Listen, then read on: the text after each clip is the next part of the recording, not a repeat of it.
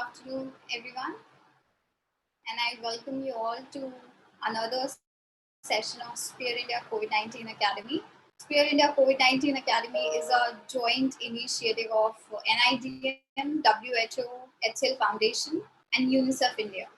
Academy's aim to build capacities for frontline volunteers and outreach workers. So today we have a very special session, which is camp management in the context of COVID-19.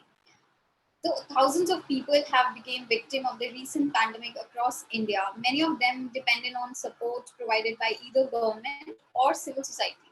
So as the monsoon season is approaching, the risk of natural disasters are very high. Each year, natural disaster force people to live in relief camp and depend on relief material for survival. So in the past month, we have seen that how community was affected by cyclones and flood and depended heavily upon relief camps. So with ongoing pandemic, it has become very important to manage a relief camp with educate precaution and basic minimum standard. So this session will focus on best practices for relief distribution, self-care, and precautionary measures to be followed by the camp staff and volunteers to prevent the spread of virus and stay healthy during the pandemic. To deliver the session, we have Rahul Day with us, who is manager CBTC Radar India. He is a manager capacity building and training services for Radar India and is responsible for a dedicated training team and a pool of associate trainers, delivering a variety of core and tailored training courses throughout the world to the humanitarian sector. Rahul has been working in the humanitarian sector for more than 15 years and possesses expertise in various aspects of emergency, project management, and has sectoral expertise on war, shelter, and food security. We also had another speaker with us, Sameer Karya, from Radar India, but unfortunately, due to some unforeseen circumstances, he's not available with us today. So Rahul will take over the entire session. Before I hand it, welcome Rahul. Uh, Before I hand it over to you, Rahul, I would just launch a poll very quickly, which is a pre-session poll wherein I will request all the participants to just share their question and answer, whatever question is there. तो आप लोग पोल देख सकते हैं अपनी screen पे अभी मैं लॉन्च करूंगी.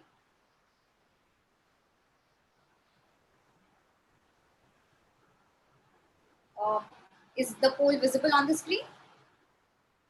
Yes. Great. तो पार्टिसिपेंट से मैं रिक्वेस्ट करूंगी कि आप इसमें क्वेश्चन आंसर भर सकते हैं जो भी क्वेश्चंस हैं. Okay, I can see that answers are coming in.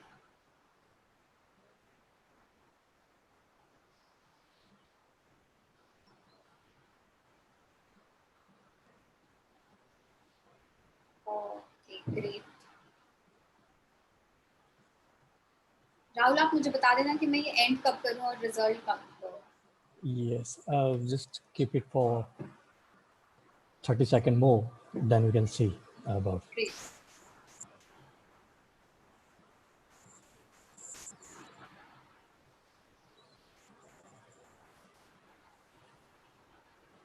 I can see most of the participants has done already. Yeah. I think we can close that. Yeah. Just share the result. So we can see that have you worked in a relief camp in the past disaster? 52% have said yes. 48% have said no. Are you currently working in a relief camp? 30% with yes, 70% with no. Camp management is all about food distribution. Yes with 39% and no with 61%. So this was the first poll, Rahul. With this, I'll hand over the session to you. Thank you. Thanks a lot for the introduction and all. It seems the people who have attended, they have a bit of experience on relief distribution. Apart from few of them are also working right now for COVID response. What I'm going to do in this session, we are going to look into basic of relief camp management. I'm sure that many of you must be aware about what kind of things to be done. So that sessions, I'll try to put it little more than the basic. Hopefully, I hope that it will be interesting for you guys to know things. Uh, I'll try to keep the whole sessions as much as to be contextualized to India, but in the middle, I'll try to show or talk about few of the best practices which other people have been practicing, because the standards of relief camps and the work what we're doing basically comes from the INGOs or United Nations or OCHA or the different organizations. So we'll try to talk about mostly within the Indian context. I'd like to hear your questions. Chat box are always open, so definitely put your questions. I'll try to keep if the questions are there which can be incorporated in the middle of the sessions. I'll definitely love to do that. If not, definitely end of the day we have question and answer sessions. We'll definitely talk about it. So here it will be more mainly four sessions. First, we'll talk about basic of relief camp management. Then we'll very briefly talk about essential services required for relief camp management. Uh, Ram, sorry to interrupt, but you have to be little more audible, little more okay. loud. Yeah. Okay. Just give me a second.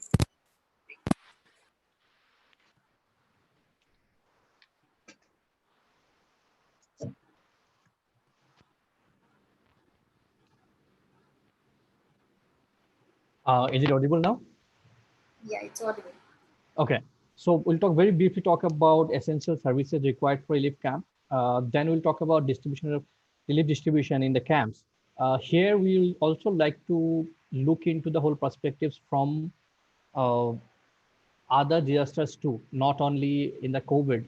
So say, for example, if the flood is going on and ongoing pandemic is there, then how we should do work over there. And lastly, we'll talk about the staff and volunteers work, uh, how we should be prepared and how we can do that. Then we'll end with the question and answer session. That's the normal flow with the training. This already explained by Sphere about what's going to cover in the course. You have seen it, this already there. I'm not going to talk about what is COVID, how it started. We already know about it. So I'm not going to talk about much on that. But what we need to understand right now is we know about how uh, one can get COVID. Uh, but we also need to understand what are the precautionary measures as an organization or as an individual or as a volunteer when we're going to work with the community. What are the things we can do and how we should do it? For that, the understanding of COVID is important. The, the symptoms, the protective measures, that is important, but we're not going to talk about that here. So I am starting the session assuming that all of you have understanding about COVID, how it gets spread, how people get infected about it.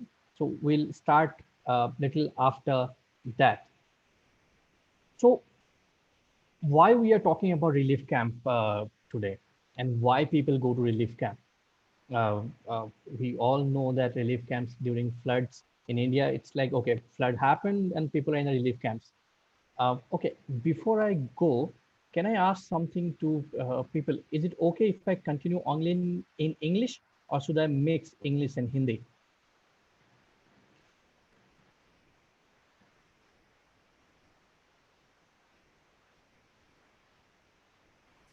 You can ask in both the language, I think. Okay, okay. So why we are talking about the camps? Why people go to camp? Do they like about it, or it's something fun going over there? It's not. People go to relief camps when it's the last resort uh, of their survive of their surviving. Many at times it's been seen that okay, people because of distributions are happening, people are getting material. That's why people are in the camps. But if we work with the community and we understand community, we see a very different phase about it. And right now, because of pandemic, we know that okay, there are people who are stuck in cities. They don't have their livelihood options, and they have lost their livelihood, so they get dependent on what other people are supporting them. That might be government, that might be NGOs, INGOs, civil society organization, volunteer group, anybody. So that's become their last resort for surviving. So in cities, there are people who are stuck over there. Then the people have we have seen that people are migrant laborers are coming back to their homeland. People are quarantined. Some people are living over there because of they have lost their livelihood, and the hometown also they don't have much of the options to do their work. So they are again stuck to the same options. So many of the cities or small cities or rural areas, people are again getting dependent over there. With that, we also seen that in the last recent cyclone Amphan and also the floods which are happening in Assam, again people are back to roads because of the water, because of the destruction.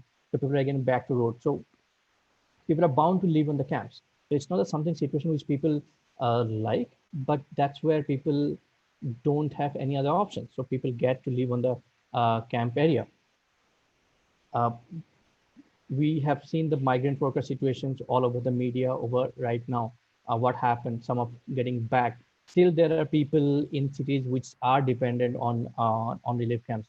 I have been working with Bombay government with a few of the organizations right now, and in Gujarat also I've been working in the COVID response with UN organizations, a few of the organizations. So there are still people who are there in the cities who are dependent on camps. So assuming that everything going back to normal and there are no camps and people are going back, so there are situations are differ and actuals what's happening in the cities or in the rural areas. Uh, when we talk about relief camps amid COVID, so many of them have forced to take shelters in government ranges, which we already talked about. The number which I have mentioned over here, these numbers are March, April. The number might have changed. It might have increased. It might have less. This pretty old. This is 15 days old data. So the numbers might be differ right now. So I'm not going about the numbers which we have. Uh, but there are also people who need to understand that there are also we have in the major cities there are sweatshops. I hope you guys are aware about the concept of sweatshops where say minimum 20 to 200 300 people works in a small crowded place for their livelihood. They were away from their homes, they live in that areas, they walk over there, they live, they sleep, they eat, everything they do over there. Right now, when the whole work has been stuck and it's been locked down and manufacturing works are not going on, the situation of those sweatshops are also more violent. People are desperate and there is no option for them apart from dependent on whoever is supporting. Maybe one they there are we all have seen in the news, in the TV, in the media, or in our networks. We are in social service or the civil society. We have seen different information where people are waiting since morning 4 a.m. till evening to just to get 1 day meal. So yes, the situation is still there for the people are problematic. So when we talk about camp management, what are the things we need to talk about the camp management? What are the things why we do uh, in the camp management? Before we go for understand of this, I would like to ask, I think we have already discussed about it. Like there are people who have discussed about when we talk the first poll, we have people have discussed about that. We understand that it's not about just about food distribution. 61% of people said that just not the food distribution, but 39% of the people also agreed that the relief camp management just about food distribution. So here we are going to understand what is camp management we talk about, and what is it just in distribution to the people or is it more? The first point is like the aim of camp management is to ensure that the services and protection provided are aligned with the national and international laws, guidance, and agreed standards.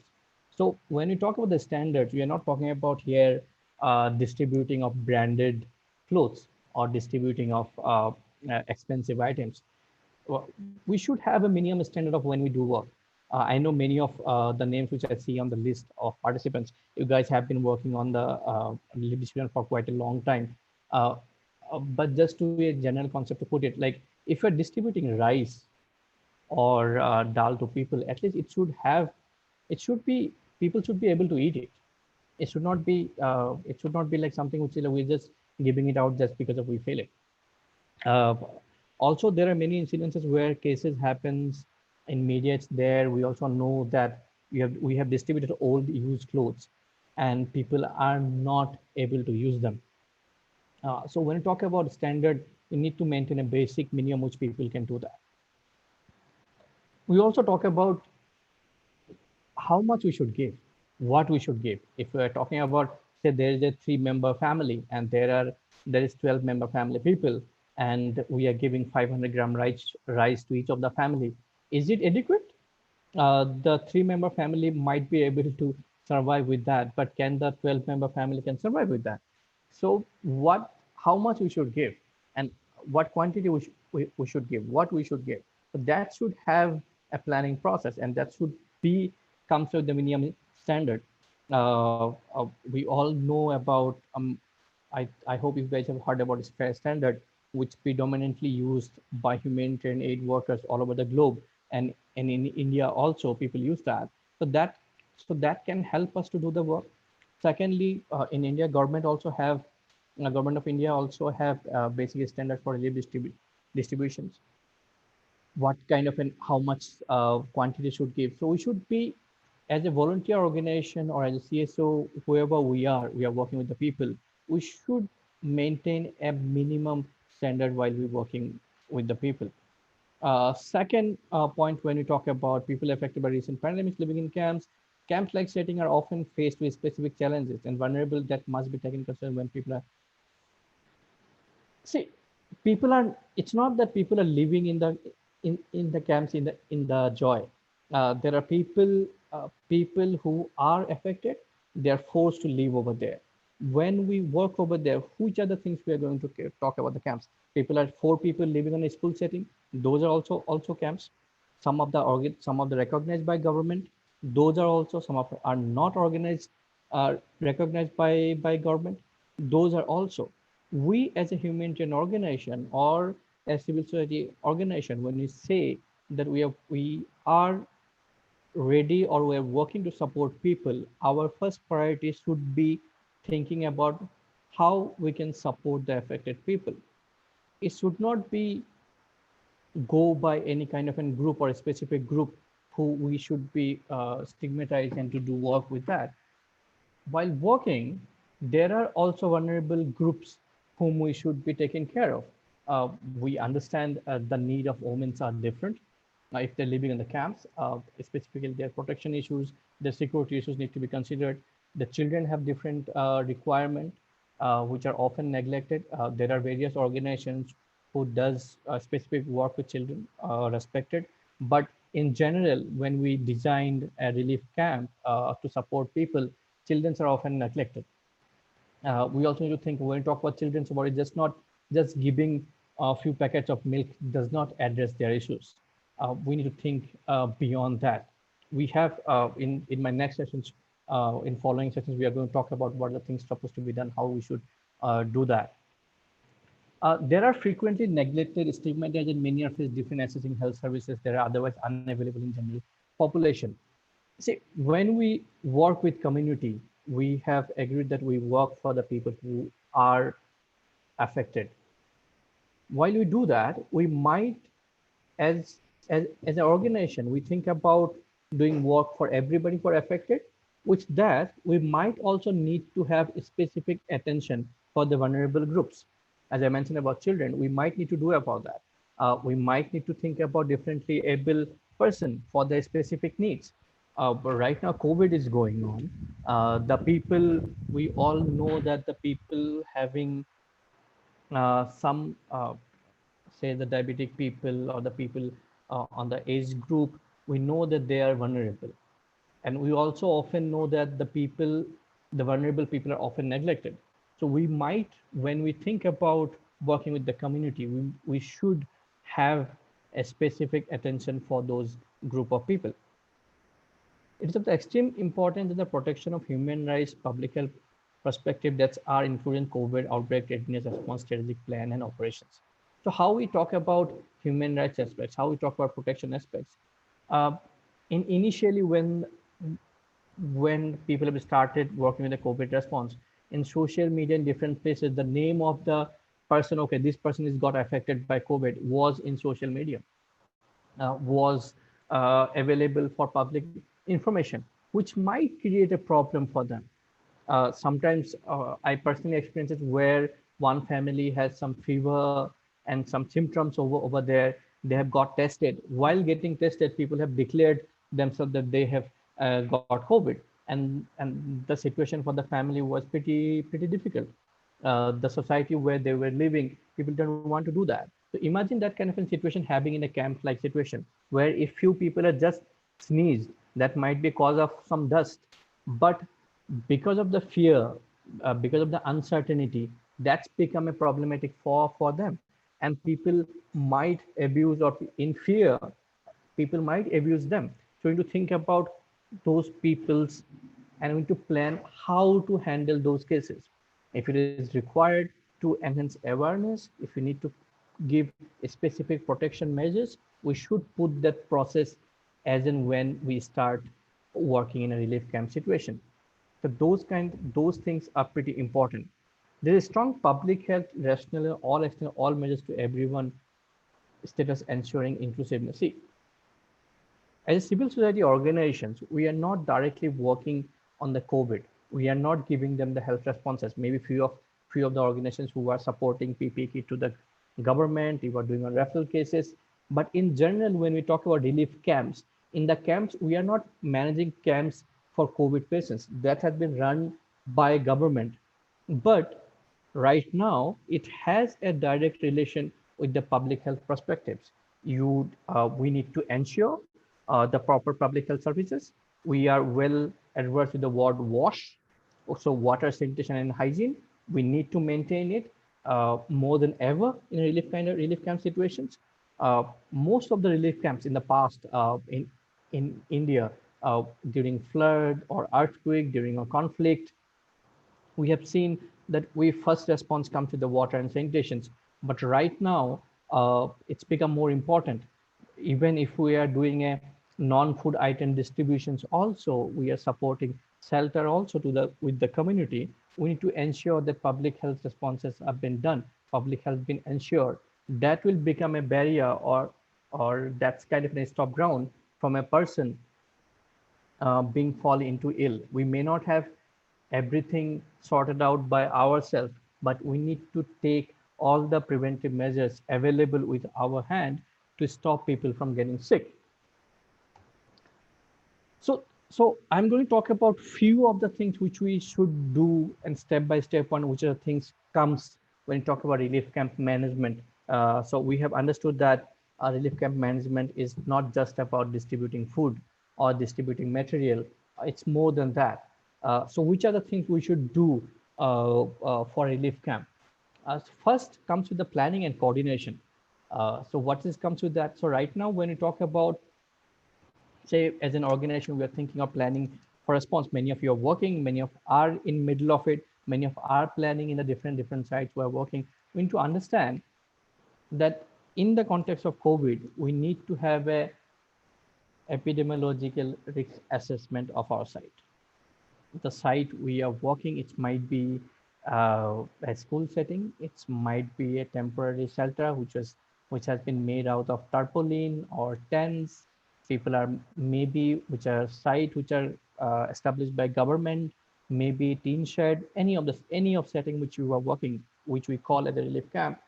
We need to do an epidemiologic assessment.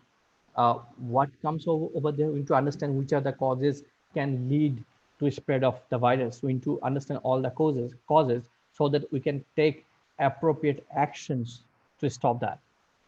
Uh, while we talk about that, taking all the preventive measures in our camp, uh, for preventive measures for the pandemic for not to spread, but we also need to be prepared in case of, in case if there anybody get affected or anybody shows any kind of symptoms, what we should do, whom we should contact, where we are sending it, that we need to do it beforehand. Say many of the places we have the COVID hospitals, we have the helplines. Many of times it also been seen that helpline doesn't work. So if we are, say, we are designing or we are working on a situations where you are running a camp and we are just dependent on that helpline, and when required the last moment the helpline doesn't work, we might be in the problem. So we need to be ready with multiple options when and as and when it is required. Undertake mapping and identify the areas most at risk. So say if you are guys planning for, it's maybe rural, it's maybe urban, it's maybe any area where you should set up the camp, who are the people going to come. So we should have a understanding of it. The take measures for physical replanning of the site. When if you have decided in particular area, and such that happen that you have that area become a red zone, for instance, right now we all understand the concept of red zone, orange zone, and the green zone. Say when we started your camp, it was a green zone, but for some unforeseen reason, it's become orange or red zone. You need to shift the site. So when you need to shift the site, you can't take the measures overnight. So that planning you need to have from beforehand. If some of these cases happens, what you're going to do, how you're going to shift, where you're going to shift, whom you're going to contact, for whom you're going to take support. All the time, many of the times it's seen, uh, it's it's okay that many of the people who are working in ngos, ingos, the top level people, they have understanding. I'm assuming, I may be biased, but I'm just talking in general terms. So top level people have the training, understanding how to do work that. But it's also important the people who are working at the ground level for us, who are there direct contact with the community, are they well equipped? Does they know what to be done? All the measures we have spoke about before, the staff who are at the field level, they should know about it, because they are the people who are handling the cases. They are the people who are implementing the planning what we have done. So that's important. We in previous trainings also in here, we have talked about the self quarantine monitoring when cases are confirmed at the site. We have discussed about it. It may not be possible that you ship the person immediately. Hospitals are full, there are no places. In a relief camp might be, if there's some cases are there, you might need to plan from before. And if somebody shows a symptom say 12 o'clock at night, you might not be possible to ship that person immediately to the hospital.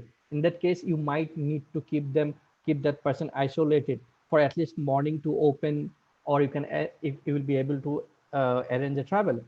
It is always advised to do it as soon as possible. But if not possible, or if you are camps in a rural setting or in a site where things are distance, travel is trouble, logistics are not so easy, so we need to have a specific place plan from beforehand within our campsite area. If some cases that comes out, how we can keep them on the site. Develop the site business continuity plans to ensure essential services are maintained. It's become important. We all know that relief camps are there, so just giving bias set to people, it's not going to end all the services. Uh, when you talk about essential services are maintained, we in the next sessions we are going to talk about essential services. But to understand basically, so for one community or for one person, basic services, at least you need to ensure the person getting food, water, sanitation facilities, and person is not victimized. So we talk about protection issues also. We are going to talk about it in detail, but those things are important. With the technical services or sectoral, we all understand about sectoral need, about wash, food security, health services. With that, the protection is also important. If the camp has male, female children, the essential services for them that need to be there. With these services, when you talk about the COVID, there the hygiene supplies should be ensured. It is as important as like giving a safe drinking water to the community. So right now, if any disaster is coming and people are on the camp, you might be working on the flood response and people are on the camps. You might be just working on COVID response while people are on the camp. We need to ensure hygiene supplies. So we will talk about the supplies more. It's just not about uh, putting uh, hand washing or the what call hand washing soaps, or it's not about just the spray hand sanitizer. When you talk about the hygiene supplies, it's also ensuring your water sanitary hygiene, all the daily requirements are met. So when talk about coordination, this is important. To do all of it, it may not be possible to your organization to do it by alone. You might need to work with other stakeholders too. Right now, government is major stakeholders in this pandemic. So if you need to refer somebody to the hospitals or to the health facilities, we need to have a proper coordination with those health facility systems. If as an organization you have taken responsibility just to provide food supplies to the people, it's also important with the other stakeholders. You also ensure they get essential hygiene supplies. You also need to ensure the wash facilities are well maintained. So we can't think about that. It might be possible for your organization to do everything alone, but when you talk about uh, working code working in coordination, you might need to take support of the people. You might need to take support of administration to maintain peace. You might need to take support of the health department to ensure for your referral cases or to do a regular health checkups on your camps. So we need to think about how we can plan all of it. Communication is one of the important things with the community. It's not just about when you have done designing the project and when you go to implement and then you talk about the hygiene promotion with the people. So we are not just talking about only that. If we are working with the community and you know that people are uncertain, people are afraid, right now people are in distress. So for which medium you should work with them? Who's we might be alien for them as an organization. There are various organizations who are working with the community since longer time, but right now many of the voluntary organizations, many of the student groups, many of the CSRs, everybody has come out to help community. This is remarkable, respected. But we might not have that kind of a relation with the community, which is required for them to trust upon us or to believe whatever all we are saying. So we need to find a medium by which people can understand what we're talking about. Uh, Also, it's an interesting fact. Initially, when the whole COVID responses, ICU material has been developed, most of them were English. We tend to believe that, okay, if people don't understand English, just print it on some cartoons and people will understand it, but which may not be true. We tend to believe that, okay, we develop some IC material, the short videos we will share with the WhatsApp group, which may not be effective. I'm not saying that it's not going to work at all, but we need to understand that our purpose is not to create that IEC board. Our purpose is not to create a very nice video or to send to people. Our purpose is not to put in some nice banner over there. Our purpose is to communicate from us to the community. So by only putting one medium of it, that may not work. We need to ensure that whatever we want to convey to people, people understand it. So by just giving one medium, it may not work. So we need to ensure maybe it's various mediums, maybe we need to understand existing mediums, but we need to find appropriately what is how we can communicate with the people. uh, Many a times, say we have the many questions comes, like it's not a new questions. It's sent predominantly questions in the humanitarian sector. We have done so many hygiene promotion activity with the community, but at the end people do the same thing.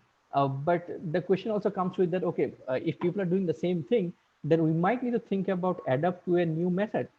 Humanitarian sector has evolved with the community behavioral change communication. We have done various things. We all know about various medium to do that. But more than the medium, we need to understand what impact happening with the community. We need to understand like whose responses they're going to listen. Right now, for instance, if any of informations, if today say for if I am talking about spread disease spread and all, I might talk about the relief camp management, which you are going to listen. But if I have to talk about the health language, you would prefer to listen it from a doctor or who is a health expert.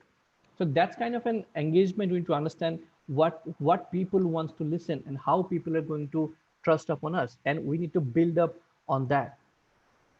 We always talk about provide clear messages, focusing people can do and can't do in the risk communication. I think the people who have been working, we all know how to deliver messages. It should be short, specific. We should not clutter messages. We should be specific, short. Photographs should give the clear message, should not be confusing. The IC material we have prepared should not be look like some alien or some other country. We all know about it. It's just that we need to implement it for our work.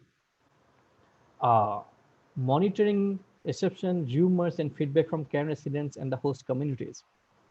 Many a times when you talk about feedbacks for just not about the camp responses for any kind of a humanitarian work, we believe that just putting up uh, by some feedback mechanism is going to work. But we need to understand that what happened to our work. When you talk about the communications, when you talk about we are distributing material, we are doing hygiene promotion, we are doing coordination, we're doing all of it. But what impact it has happened? And that impact is not from our perspective. We also need to understand that what impact happened from the community perspective. Is that what they were looking for?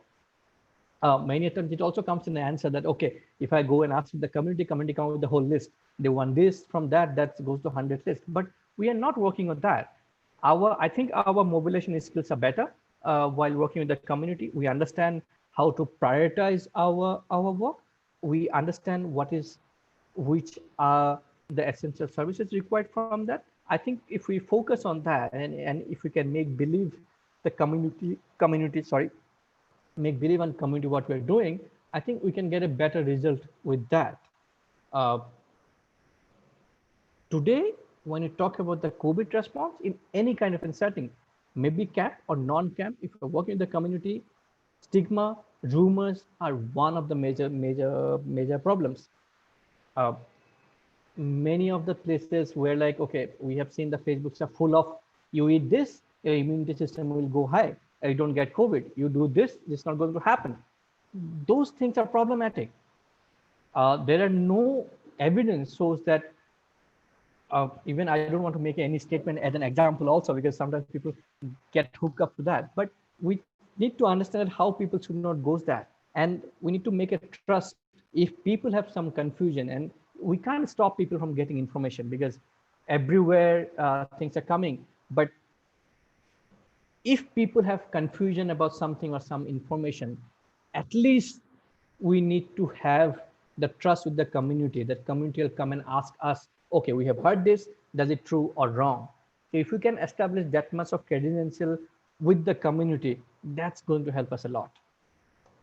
uh,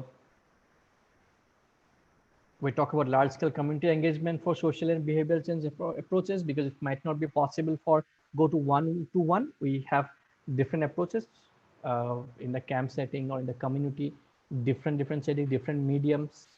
uh, and we also need to think about re-engaging with all our processes.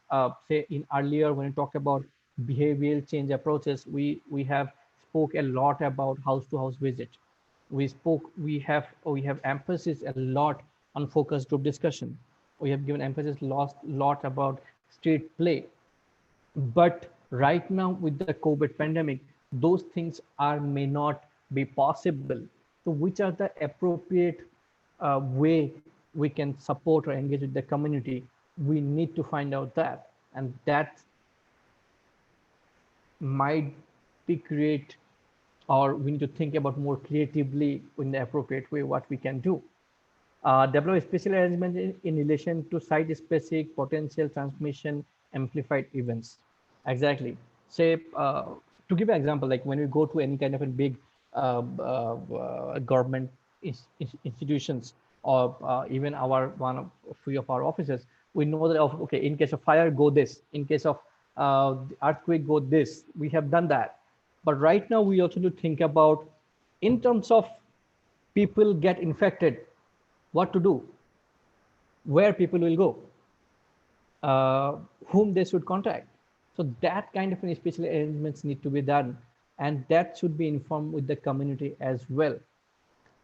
Conduct awareness raising activities for the joint messaging provision, psychosocial first aid to. Okay, we all aware about that. For last few years, psychosocial response with disaster humanitarian aid become one of the saying or one of the activities which we are emphasizing on. With the COVID pandemic, we have seen the importance of it. It's just not about the people, or it's not limited to the vulnerable community. Even in general, we everybody even facing the psychosocial issues, some kind of an of the other. And imagine the people who have lost their jobs. They don't know when they're going to get their job. They have a family to feed. They don't know their children education, what's been happening. They don't know when they're going back. They don't know when things are going to open. They don't know they are ever going to get a job. This all uncertainty people facing every day, every minute. So just giving a food to the people is not enough. They also know that okay, the food we are getting till the time that the pandemics are there, and many of the organizations where we have distributed food, we have done camps, we have already stopped it. Few new are doing, few new places are happening, but people are also know that that's not going to. It's not that people are going to getting the whole livelihood for the entire life. It's just a short-term period. So with that, psychosocial first aid also become important. Many of people might show severe cases. So when we talk about psychosocial response, we categorize it into three categories of people: mild, moderate, and severe. The severe cases where we know that they are showing symptoms and they are showing episodes and they need a specific attention by a specialized person, counselor or psychiatrist. Mild and moderate people are the silent feature, which may trigger to a high symptoms in any point of time. So we need to think about what we're going to do about it, and how, with the large group of people, how we are going to engage with psychosocial response. So we also need to think about just not about water, sanitation, hygiene, and food. We also need to think about how we are going to provide support to the community for psychosocial first aid. When we talk about the communication, we need to ensure gender norms, rules in relation with the influence women, men's, differently vulnerable people, different group of people. We all know that whenever we talk about vulnerable people, okay, gender, children, age group, we all know about it. But what we are doing it, some of the times, uh, uh, this is one of my personal experience where we know that okay, if we are working in the NGOs and INGOs, in the staff in the office, we all male female can talk about menstrual hygiene. It's fine, appreciated. But is it appreciated to the go to the same male person because he can talk about it freely, go and talk about menstrual issues with the woman? It's not. I personally seen that because the person felt like okay, I'm free, I can engage with the community and I can do that. That's may not be correct. It's it's it's not right for the community who they wants to do that. What kind of a gender norms people follow? Right now, we are not there to do advocacy for the longer run. We are there to ensure that people survive this pandemic. We are there for provide their basic minimum services so that they can live through this period till the time where uh, they go back. So we also need to understand what kind of things are required for them. I assume many of you have shown that you have worked in camps before, you've worked in the past before. So you all know that, okay, the numbers of toilets should be, it differ for women, numbers should be high, and there should be adequate light, there should be space for women separately, there should be bathing space for them. So I assume that you guys are well aware with that, but we need to understand how we are going to ensure this in our camp setting. Many of the places, this might be just a school where people are living, which has only one or two toilets, and there are 50 households we are living over there. So we need to rethink how we are going to ensure those gender norms for the people, and then how we are going to talk about differently able people. uh, just giving out some additional material to them is not going to ensure about it. It's not going to ensure all the requirements for them. Apart from that, we have been facing caste issues, religious issues, class group issues everywhere. So we need to ensure how we can do that. In our planning, whenever we do, to give an example, say if we are talking about IC material, which we have for male separate, female separate. We are going to giving hygiene kit for the people. We understand that for women there is special need. We ensure that there should be hygiene kit for the people for their specific needs.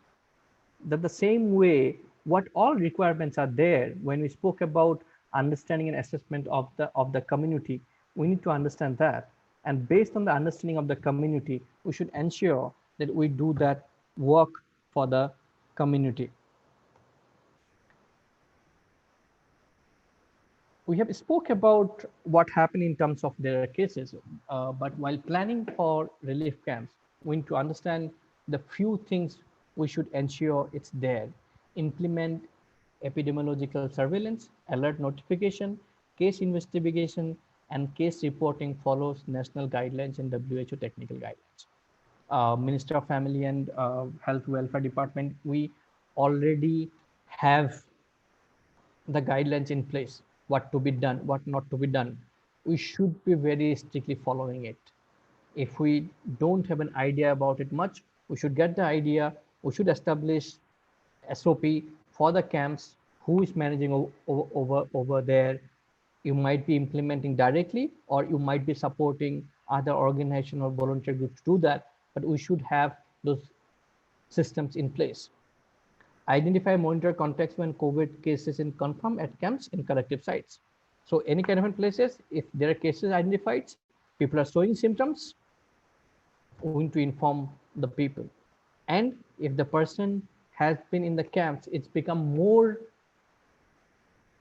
high risk zone because all the people are in the very less space area. So the spread might be gone very rapidly. So we need to understand who the person is contact with, who are the people over there. All the data need to be maintained specifically. It may not be possible that we as an organization, staff, or volunteer group, we are there every bit of time. We can't be there 24/7 every bit of time. So we need to establish community-based surveillance system.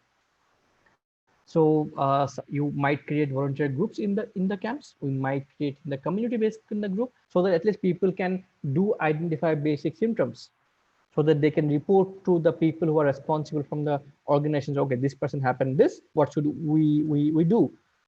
So for the time you are not there, you should make a community based surveillance system which can ensure this might be just not only for the identification of the COVID cases, it's also surveillance system should be also for your all other services you are doing. It might be wash, it might be food, it might be protection, all the services you are doing, it should ensure community-based system.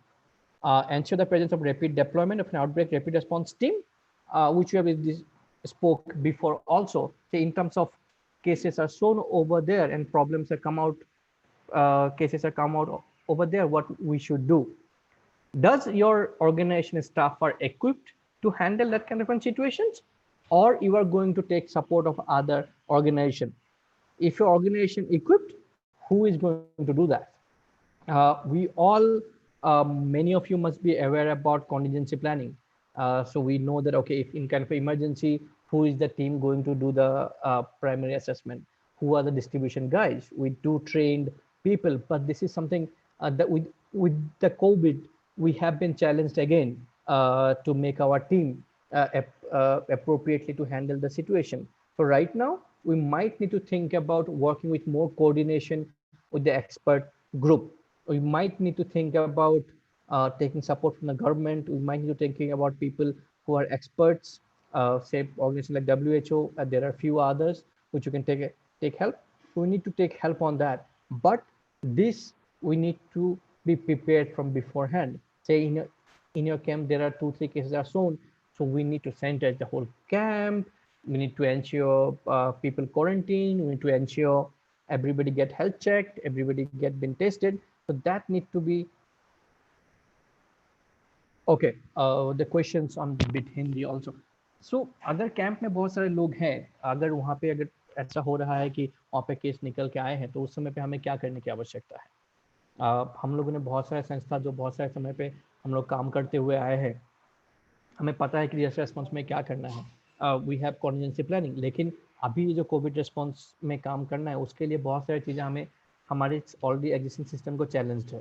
तो उसके लिए शायद हमें coordinated वे में काम करने की आवश्यकता है और हमें दूसरों की मदद लेने की भी आवश्यकता पड़ सकती है। This should be mandatory.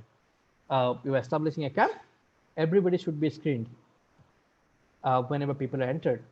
I know that this has been many of the people, say for instance, many of the people who are getting migrated from the cities to the rural areas, they have been asked to stay for quarantine for 15 days. But we as a humanitarian organization, we are supporting various people like that with the basic essential services. While we do that, we don't know they have symptoms or not. So we need to do a health screening for everybody on that.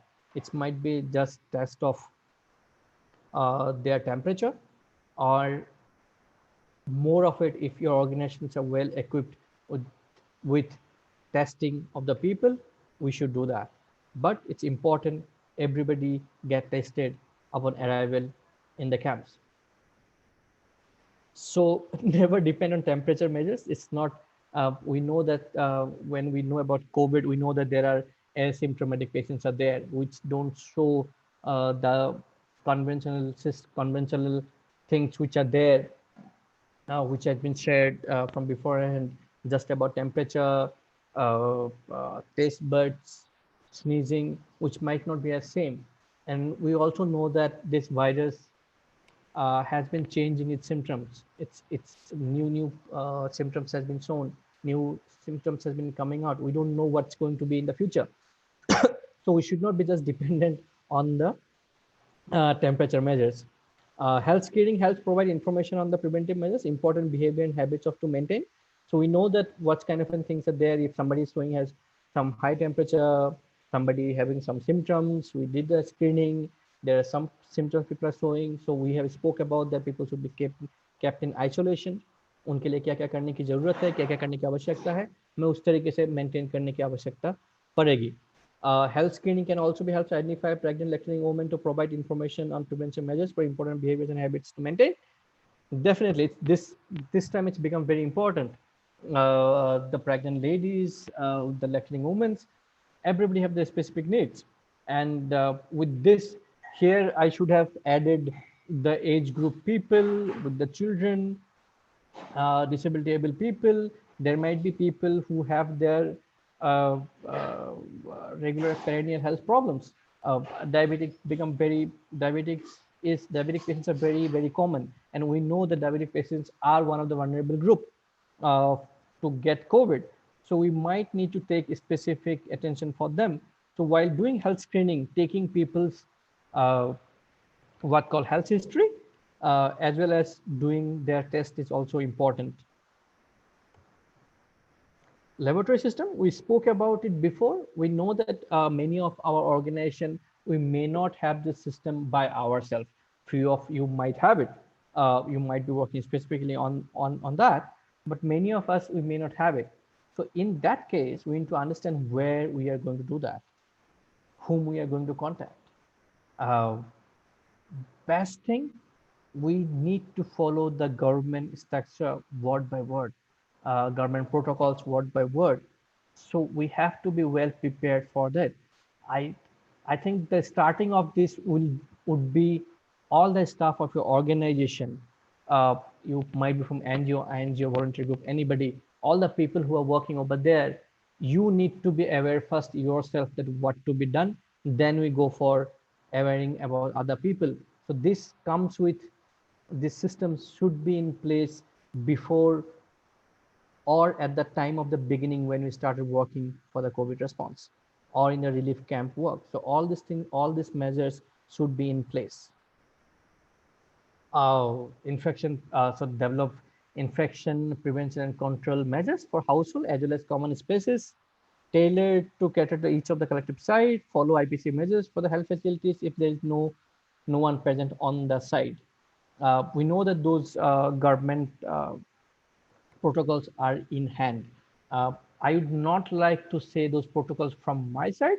From from my end, it's like, please follow Ministry of Health and Family and Welfare, Government of India.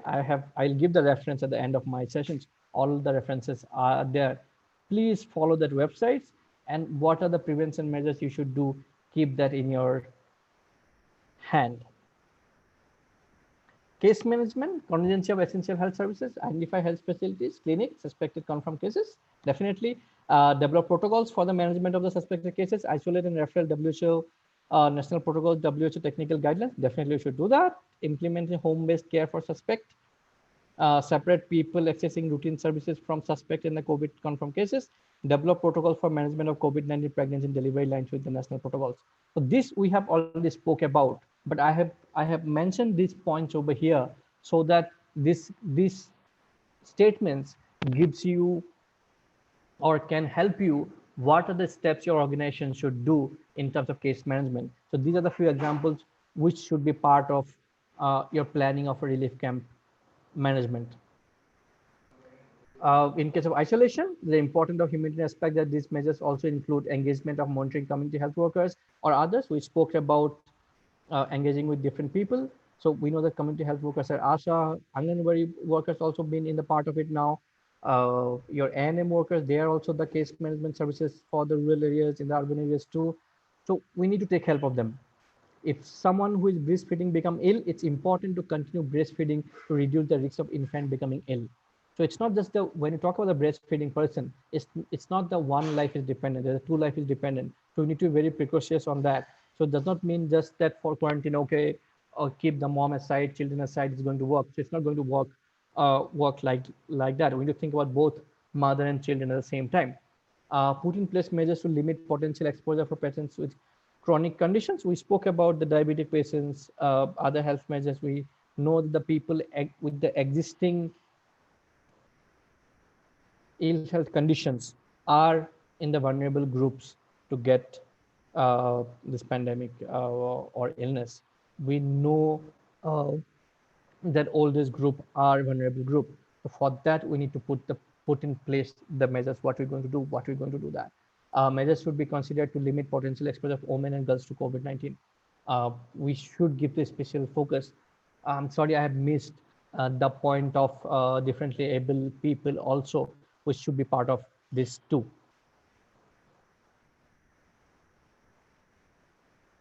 With all of it, when you talk about wash facilities, all of support, the supply chain is also important.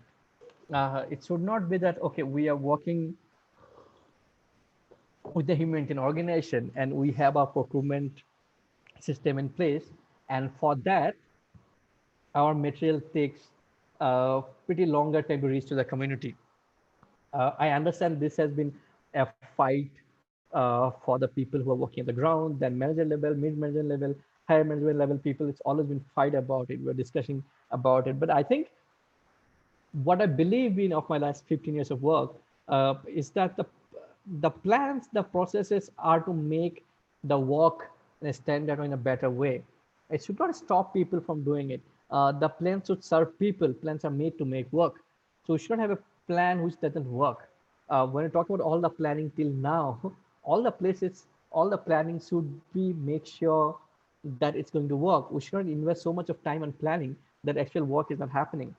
Uh, so what I want to mean or state that to ensure your services of wash, your services of food, you might be doing tent, you may be volunteer, to ensure that we know that our organizations have those supply chain processes or our popularly known as the procurement policies, we should ensure that those are in place and appropriate to work for us. We also need to plan from beforehand, well equipped with how we can get our materials on time so that people, we can ensure that we are ensure for the objective we intend to do work for community, those are met. Uh, Sorry. Before I end up this session, few things which I think you should keep it in mind, and it should be always be our thumb rule. Uh, do not scapegoat or stigmatize or otherwise target with specific discriminatory measures. Uh, uh, we know that many of times when you talk about specific measures for people, uh, it should not be like, okay, they are getting, it should not be shown as like, okay, we are trying to get a specific measures for that group or the people.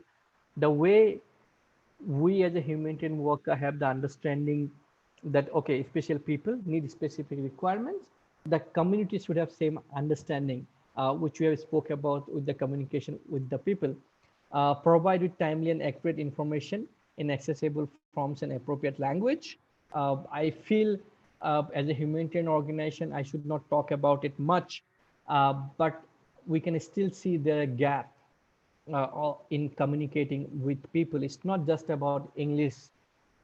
It's not about just about English and Hindi, or in regional language, or in Assamese or Bengali or Hindi or Urdu. It's just not about the language. It's just to understand what people, how people can accept, can communicate, they can understand you. I think that's what the main crux is. So it's not just about the language. We need to think about the IC material we have printed, the information that we are accessing it, the way we are giving it to the people. Are we just mean that, okay, just sending a WhatsApp message, ensure that people have got it, or we should do beyond that? So we need to rethink about that. Involve and design the readiness of the response plan, policies and strategies to include, for example, through the declaration of temporary amenities to full participate. See, you can't do anything without community participation. We always talk about it, but we limit ourselves in the community participation while implementing our project. There are very less example well while community has been participated while designing the project. Community has been participated while deciding what good for them and what not good for them, what are the steps should be taken over there. So I think we need to rethink about all of the work we are doing with the people. Here we are going to talk about essential services required for relief camps. Before that, we have a poll for you. Can we do the poll, please? Yeah, sure.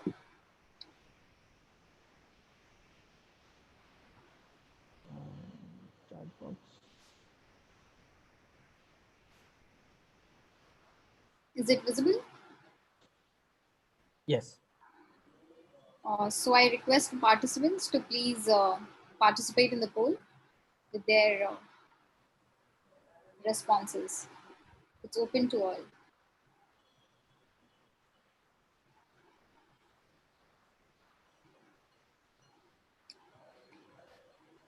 सारे participants इस poll में participate कर सकते हैं. Okay, I can see the responses coming in.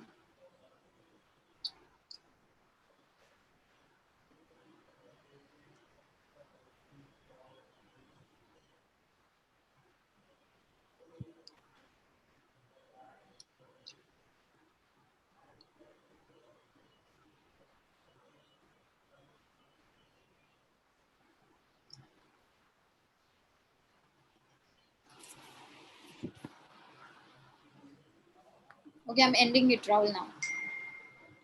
Yes. Can you just tell me the results? So here's the result. First question, sphere standards can't be implemented in Indian context. Many of 25% have said yes, 75% have said no.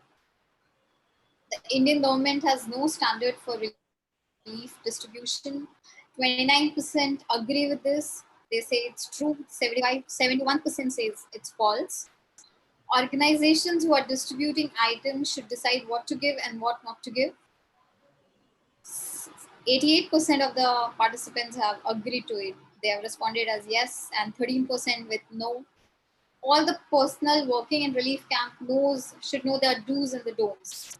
Yes, 75% says yes, and 29% goes with the no.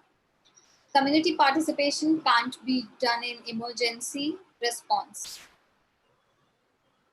46% agree with this. They have responded as true, and 58% with false. That's the Okay, result. thank you.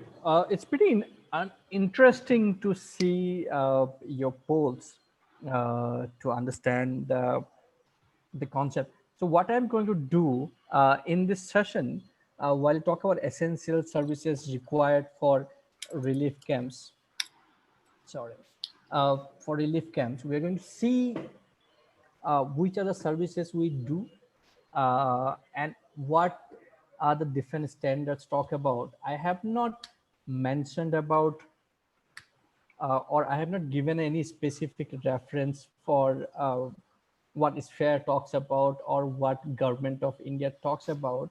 Uh, but I have put in the slide notes. I think these slides will be available on Sphere India web page for all of you to download and access.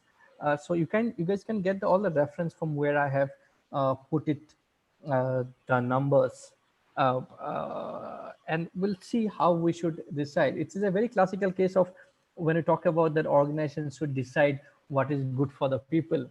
Let us understand and see what we should think, and we can talk about in a question and answer session more about it. Uh, so what we should have on the okay, sorry, before we go for the basic standards, so these are the few things which I have put on from the sectoral needs. These are may not be everything.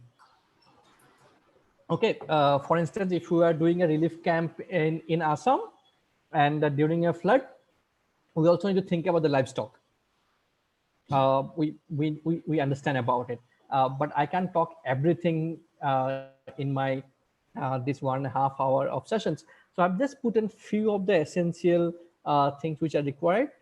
You might add more, you might add less, it's up to you. But here we just try to understand the basic concept when we talk about the essential services. Uh, Standard for services, pre-identification of local buildings like local schools, Anganwadi centers, cyclone centers, community shelters, marriage hall. We know that, okay, the places are available, we should do that. We also know that Supreme Court has given a guideline that schools are not to be used as a relief camps. Okay, but schools are predominantly used as a relief camps. For this COVID response, many places has been made up shelters are there, but predominantly whenever we have seen any cyclone, wherever seen any kind of floods, schools are has been used. So I'm not going on the discussion about talking about, okay, Supreme Court has said, and it's also important that school are not to be used because there are problem happens of sanitation for the students later when the people go back and the things are get problematic. I understand that, but I'm not going about that logic. I'm talking about what basically happens, what is the scenario available for us, and what happens. Okay, so these are the places where we normally use for it. Centers have necessary facilities such as sufficient number of toilets, water supply, generator with the fuel for power backup. Now we talk about the fuel backup. Why? We know that, okay, we talk about protection issues, we talk about gender issues. I can't say that if the woman is required to go to a toilet at 12 o'clock at night or 11 o'clock at night and there is no facilities of electricity or light, that might create a problem. Ensuring to ensure protection, having a generator is just in one aspect. I'm not saying that making power backup ensures all of our protection needs. It's not. But these are the things we should do. It might also felt like, okay, having these standards or say power backups and all seems very Ethiopian world, or it might seems like, okay, which we can't do normally, or it's not possible every time to do it. But I think we need to think about it, or we need to rethink about what things we should do. I'm talking about ensuring protection by giving lighting facilities. You might, that might happen by a generator, that might happen a solar lamp, which might be giving a emergency light to people. Solution is up to you, but ensuring it, it's also important. Every center must cater to provide 3 to 5 square meter covered area as per person with basic lighting facilities. In COVID, if right now we have we have a situation where we are maintaining a relief camp where people are there, we know the minimum distance between two people. So while we're making arrangements for them, we need to ensure that that happens. This 3.5 square meter is calculation of the space of one person sleeping, the parking area, the playground area, the walking area, the market space, everything. Okay, so this is not about, this is the standard from the sphere. But when you talk about spaces, what as much as space we required, how much space is required, we need to maintain social distancing in our camp. So we need to think about in our camps how many people can live or how many people can stay.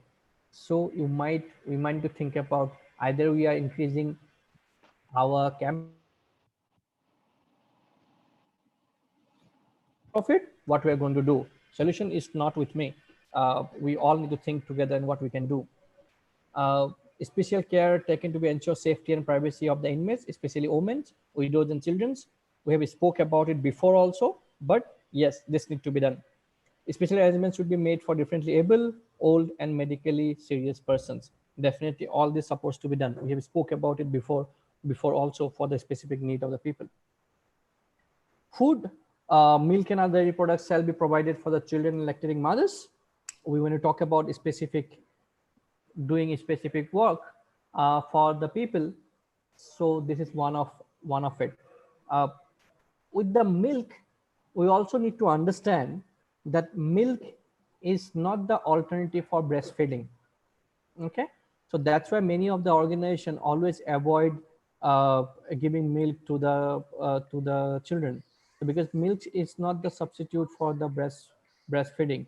So while we are distributing milk and dairy products for the community and for the children, we also need to ensure for whom we are giving what we are giving. So your communication measures become important when you are giving it. Ensure sufficient quantity of food in the given circumstances is made available for affected people, especially for aged people and children. Uh, Sufficient steps must be taken to ensure hygiene in the camp's kitchen. There should be ensure that men and women are supplied food with minimum calories of 2400 kilocalories per day. For children, 1700 calories per day. For this, so this doesn't talks about कि you give rice or dal, or this doesn't talks about you give rice और इसमें चावल देना है कि गेहूं देना है, वो बात नहीं कर रहे हैं. So one of the questions when people are talking about organizations should decide what we should give it or not, I think we need to understand what community practice are.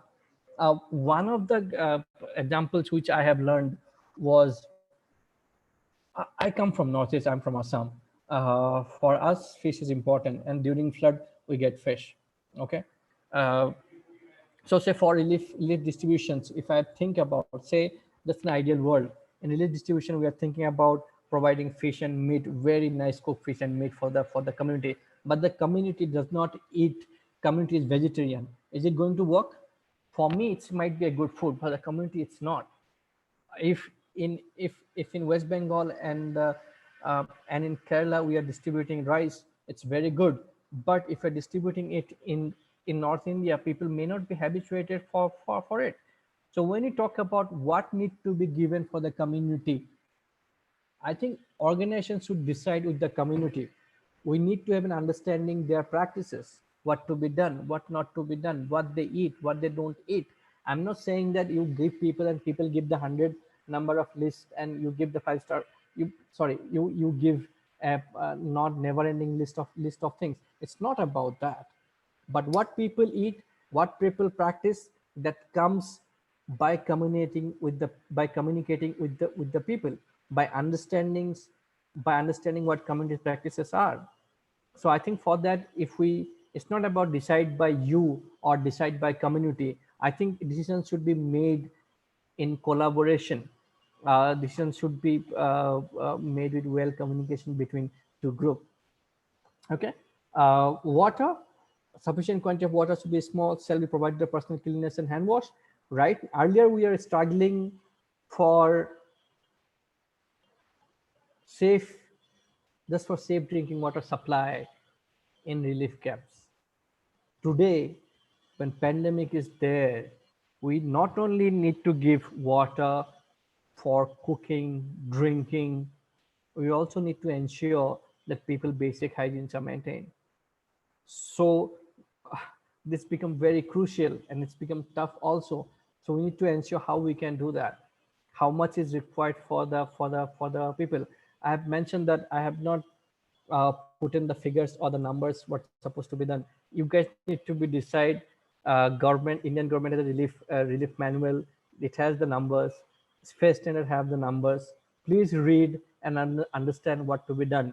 Most importantly, one of the questions when people talk about that, many people said the space standard cannot be implemented in the context of India. I would I would request you guys to revisit of any chapter of sphere. Just to give an example, if I give about water supply chapter, I think it's a page number 92. If you see that, the first line, the first guidance note talks about you go to community and discuss with them.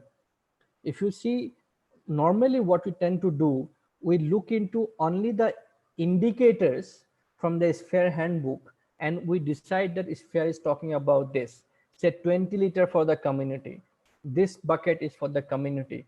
Sphere does not talks that. The indicator is given for us when we don't have any answer what to be given. In that time, it's just given an idea, okay, this is the minimum you should do. But it always talks about any chapter given in sphere. Every chapter starts with go to community, talk to them, understand their needs, then decide what to give. One of my learnings from my work. So I have started working since 2004-5, and we used to distribute buckets to people. Uh, and I was working the tribal communities in Northeast, and we used to distribute buckets. Every year flood comes, you distribute hygiene kit. One of the buckets are there. And when you go for monitoring visit, your bosses are coming, your donor visits are coming. You go to community, and what you find?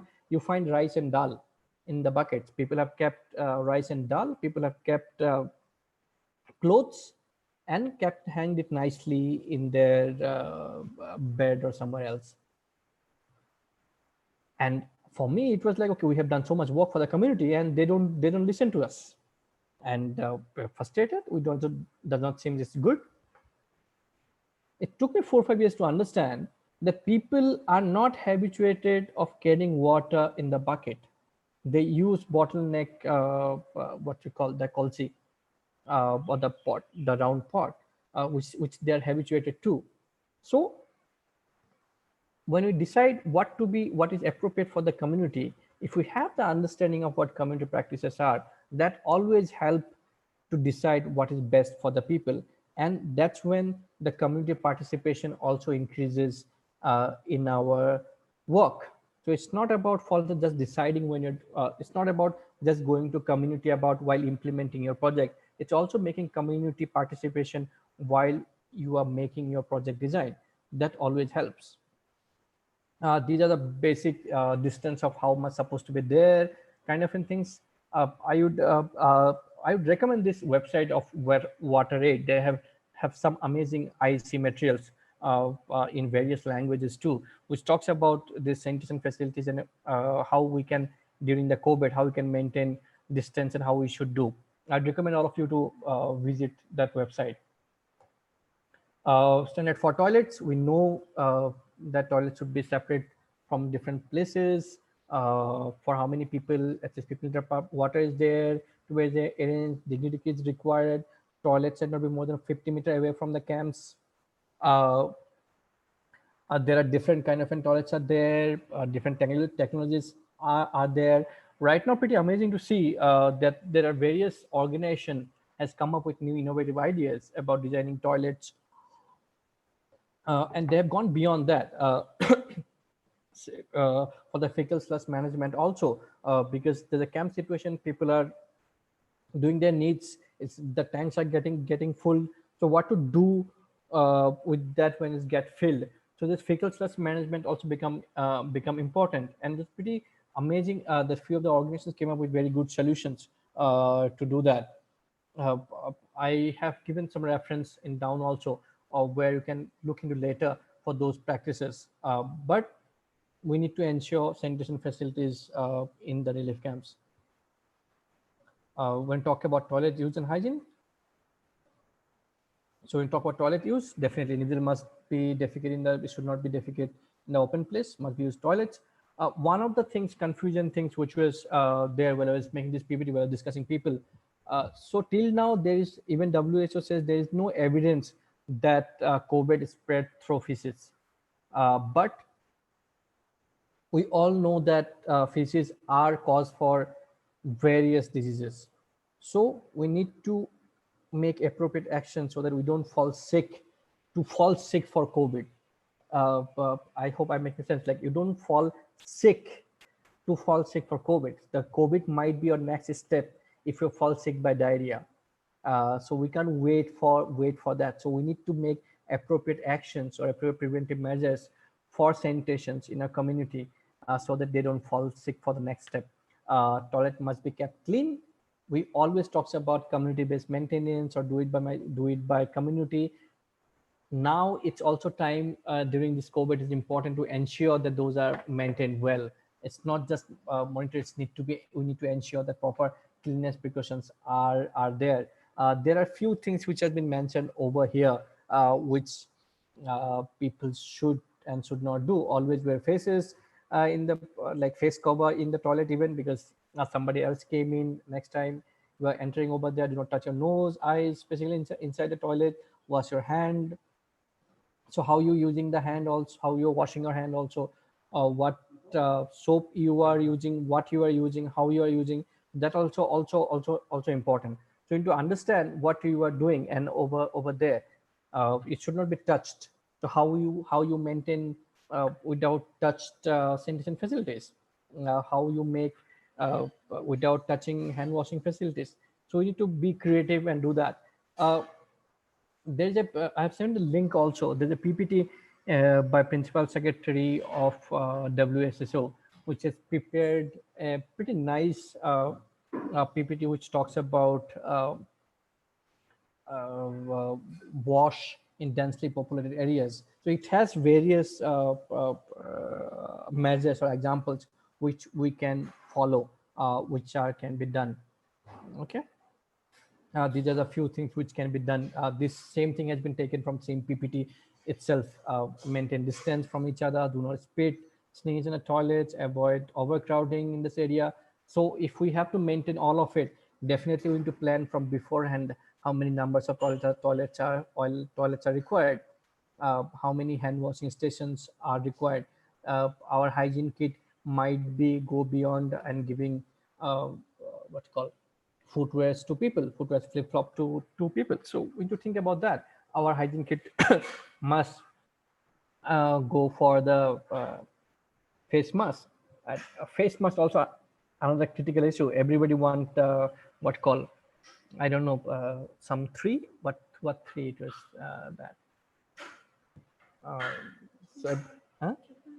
Triple layer mask. Do we need triple layer mask for everybody, or does it need for only specific people? Does the mask can be cleaned and reused? So all these things need to be clearly communicated to the community so that people are feel comfortable to use them and they work appropriately with that. Uh, Essential metals in the COVID-19. These are the few things we need to maintain over there. Standard for medical coverage. Uh, for medical cover, these points are there, but for me, I'd like to just to make one point only, is that your organization should have protocols, SOPs for the camp you were running, with the coordination or in line with the government protocols, what you should do in terms of medical requirements. Okay. And psychosocial support, how you can do.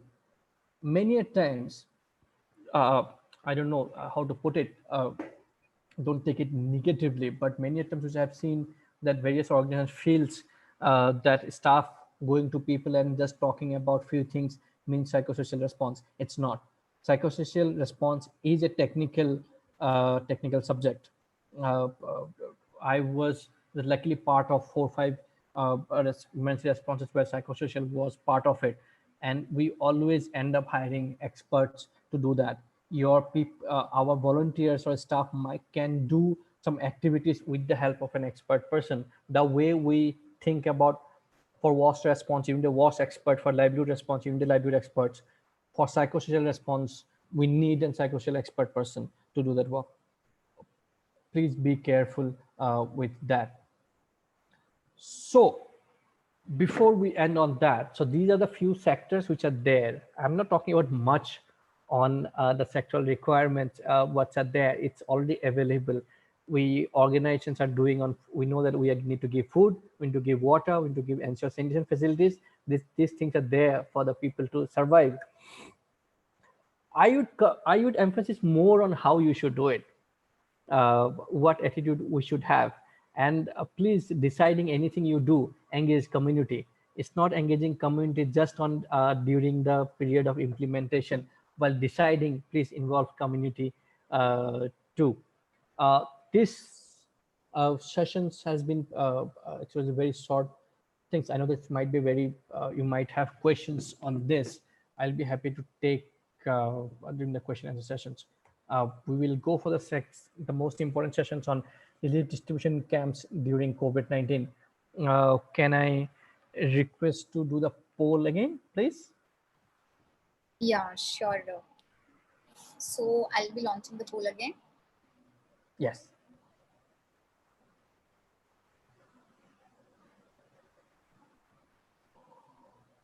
Is it visible on the screen?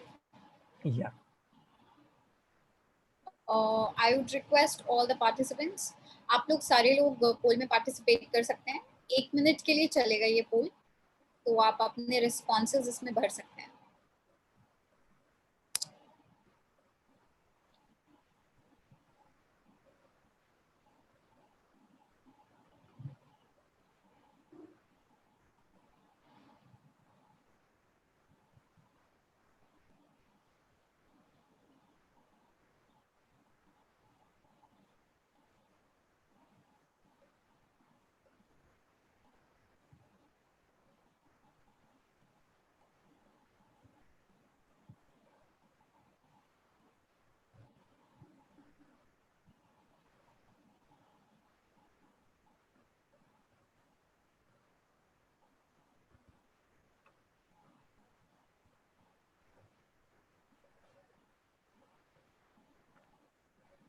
So I'm ending the poll now.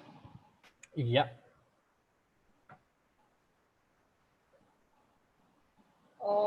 We have results in front of us. The first question was, relief distribution doesn't need planning or preparation, but providing materials to the community.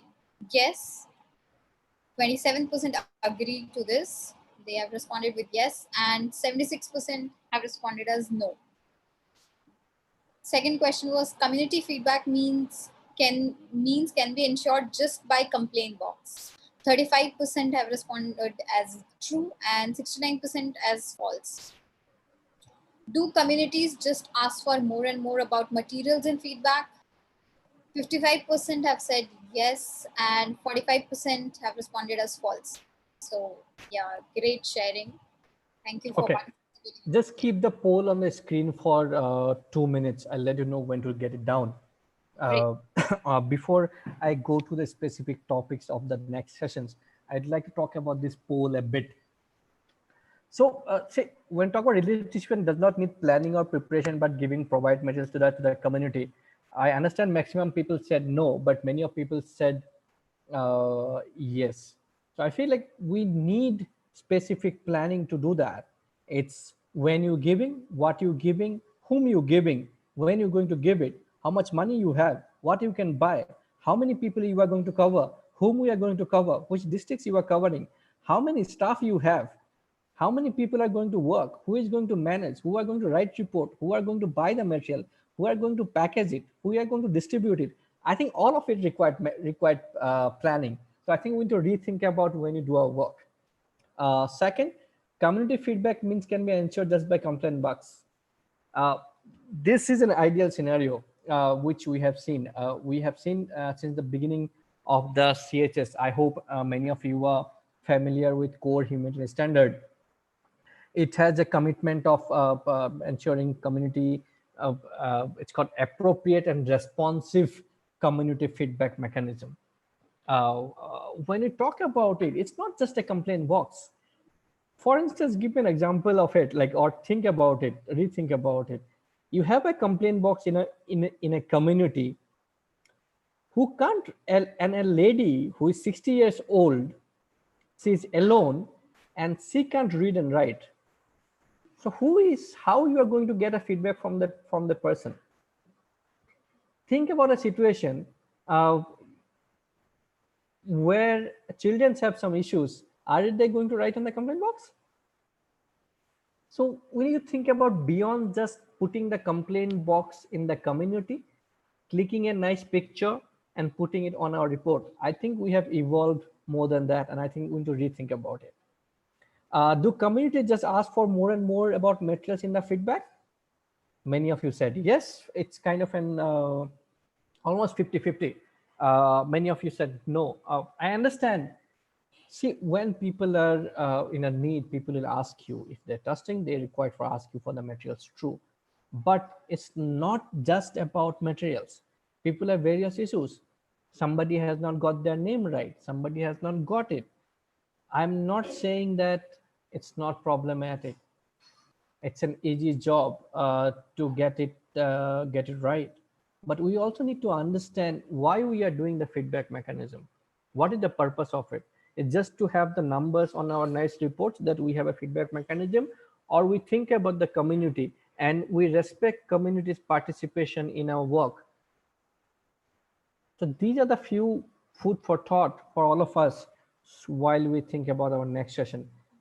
Thank you. I'll going with the next sessions. So we are going to talk about relief distribution camps during COVID-19. I have half an hour left. Sorry, not half an hour left. I'm already way ahead of the time. So I'll try to go fast with this, but I'll talk about the essential points in the session. Sorry, it got stuck. Okay. So what we should do in religion? First of all, any work you are doing, it should be ensure protection. When you talk about protection, we need to talk about you are giving support to everybody without discrimination. We are not discriminating. When you talk about without discriminating, it also talks about you are giving support to people based on their needs.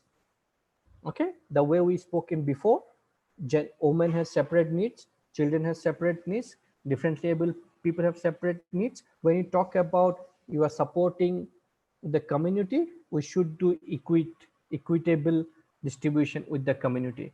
We need to ensure about it. Community engagement in action, we spoke about community engagement a lot.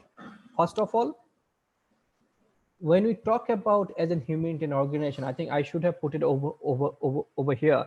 Uh, uh, when we talk about this fair standard, one of the core humanitarian principles comes with that community has right to receive humanitarian assistance. So as a humanitarian organization, as a CSO, as an NGO, when we say that we are working with the community, so at that point of time, it says that community has the right to get assistance. It's not that because of we have some resources with our hand, so we can decide whatever we can think good for them. We should involve community for all our responses on whatever what we do. Again, this is COVID, so this is reducing fear, psychosocial response, confusing, tension, uncertainty. All of it should be there. This we have spoke about in our risk communications a lot about it. So we should do that. Distribution side, layout of distribution side, the way we many of us we have seen nowadays, various places when distributions are happening, making points. Earlier also when we do a distribution, we make lines for the people. Now we need to take extra precautions. We need to make people step on the line with the distance. We need to provide where people can wash their hands while entering. Ideal situations, I think many of you who has worked on the, I think 52% of your people who has worked in previous disasters, you are well equipped with that. But for the new, we need to understand is that we need to have different counters, like where we are signing, where we're getting registrations, where your pickup points are there, where we're packaging, while we're distributing, where people will go out. So all of it should have different points, and that should be not only be known by your staff, it should be also known by the community who are there. Distribution planning adjustment may increase the number of distribution sites. When you're talking about, say, you are distributing food to the community, and 500 people you are distributing food, the first 10 15 people or 50 people, 100 people can get food in 1 hour of time. But think about the person who is at the 400 number, how much time he has to wait. When you talk about, if there's a rain going on, there's a uh, uh, sunlight going on, so how the person is going to stand over there, how the oldest people are going to stay over there, how disabled person can access over there. So we need to think about all of it. Right now COVID is there, you can't have mass gathering, you can't have people crowded over the same place. That might creates a problem. So we need to have the planning from beforehand, where we are going to what cycle we are going to do that. So that's need to be beforehand. With this, the logistical arrangements what we have discussed before should be done from beforehand. Who is going to what, who is going to distribute, who is going to sign papers, who is going to hand over, who are going to do packaging. Do we need to package at the site, or we are getting packaging from beforehand? All of it need to be done from beforehand. Specific considerations for distribution site: establish reception points, we all know about it, where to come, whom to talk about, distance need to maintain, set up hand washing points. No, you can establish with the chlorine, you can wash with soap, hand wash, allocate areas for health screening, body temperature check by health officials. You need to be there. If you are not capable of doing it by yourself, you need to get other people also for there. Allocate, educate ideas for vulnerable groups, definitely need to be there. Establish shelter. So the questions which we had on the last slide, that what the things supposed to be done. So these are the exact measures what you should do, ensuring at the distribution site. What are the things you should do? Ensure that there are clearly marked entrance and exit points for the people with disabilities for these distribution areas.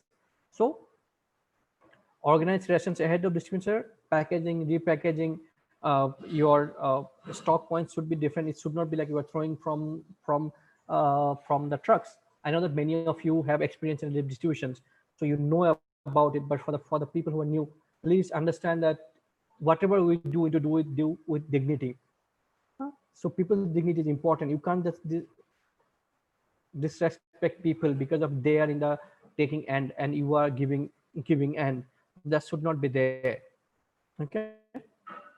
uh, don't allow crowding around distribution points, definitely should be there.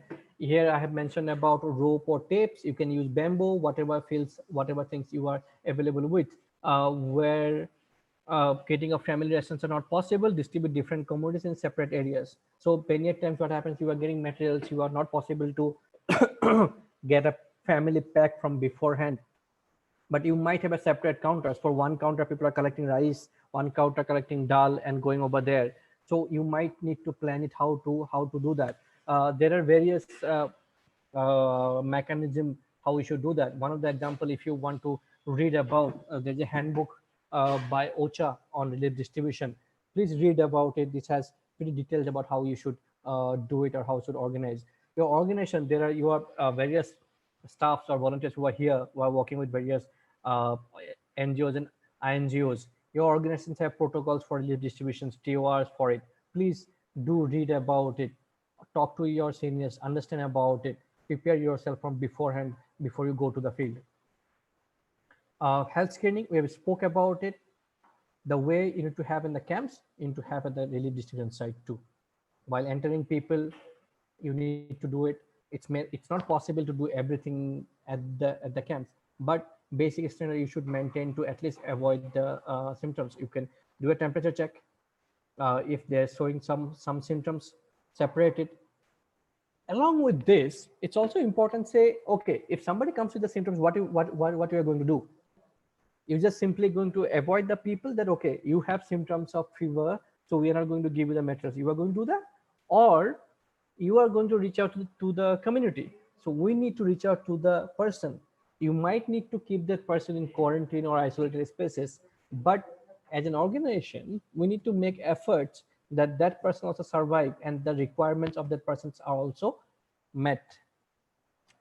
Ensure hygiene and social distancing matter. We've spoke about it from before also. Manage the flow of traffic distribution site. We discussed about it. The site management is just an example. Uh, Cleaning up of the following complete of distributions. All the sites need to be cleaned up. It's not that you do it for one time and you just leave it over there. You need to clean the places, whatever sanitation you are doing it. If you have hand washing stations, if you have other materials for distributed, a lot of times many of the packaging thing what you get with the distribution, all the bags, all the plastics are laid down over there. So we need to make a point where we are going to clean all of it too. For daily visitors in the camps, conduct temperature checks on the relief camps receipts, record details of daily visitors. For new recipients who have traveled, arrive in the village, ensure the necessary health screening to be done. We have spoke about health screening before too, who are going to live on the camps. But if somebody new is coming, we need to take extra precautions that their health screening is done. If possible, keep them separate so that there's no problem happens. Conduct temperature check for the recipients who have newly arrived in the kitchen, the people who are working for you. You might engage in communities for making food, cleaning, while distribution, you are using volunteers. So all of it need to very precautionally do health checkups for them too. In case of any daily visitors, so I think tested indicates visitors ensure daily, sorry, just